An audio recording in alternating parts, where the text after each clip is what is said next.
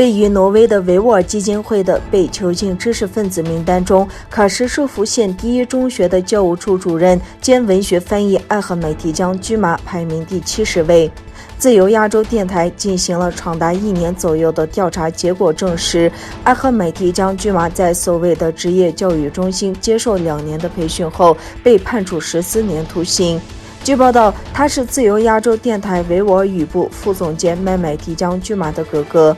维吾尔基金会的被囚禁维吾尔知识分子名单包括附属县第一高中校长阿卜杜拉江麦美提、教务处主任艾赫美提江居马、地理老师萨基德古利和体育老师阿卜杜利科姆。据悉，艾赫美提江居马在他的同事中脱颖而出，尤其是在文学翻译和教育研究领域。他的高中读物系列《我与世界》《我与历史》和《我与社会》于去年在伊斯坦布尔出版。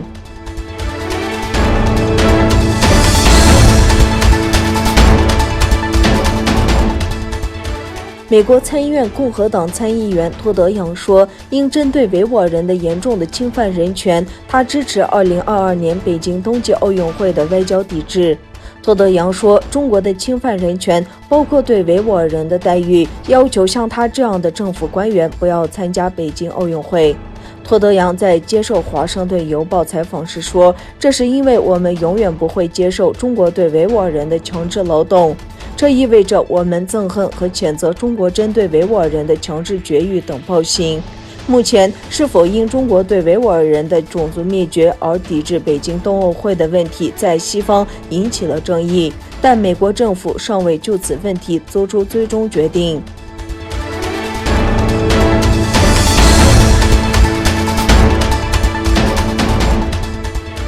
吉尔吉斯斯坦和塔吉克斯坦达成全面停火协议，两国政府代表团5月1日在吉尔吉斯斯坦巴特肯州就划界和砍界问题开始谈判，将落实两国领导人达成的共识。吉尔吉斯斯坦国家安全委员会主席塔西耶夫和塔吉克斯坦国家安全委员会主席亚吉莫夫当天在位于两国边境地区己方一侧的巴特肯州举行了会谈，并取得积极成果。媒体报道称，日前发生的吉塔边境武装冲突导致吉方34人死亡，173人受伤。同时，塔吉克斯坦总统拉赫蒙与吉尔吉斯斯坦总统扎帕罗夫当天就日前发生的边境冲突事件再次通电话。据报道，土耳其外长乔乌什欧卢分别与吉尔吉斯斯坦和塔吉克斯坦外长通话，希望双方和平解决问题。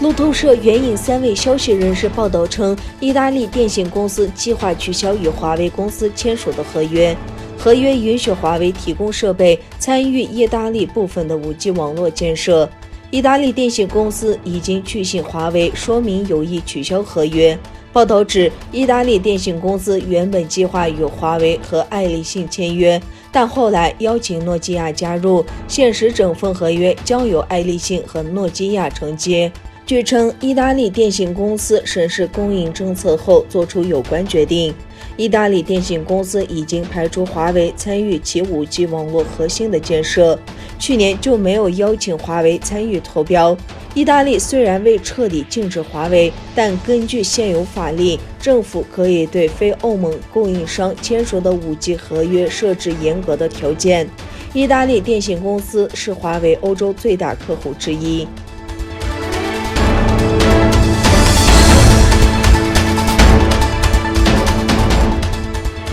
今年的5·1小长假才刚开始，多地就遇上极端气候袭击成灾，包括上海、江苏、闪电、冰雹，不仅大客机被吹得自转大一圈，大树倒腐、砸屋等意外更造成江苏省南通市11人死亡，102人受伤。据报道，狂风造成大树倒塌砸倒房屋，电线杆刮断，渔船倾翻等事故，造成南通11人死亡，102人受伤。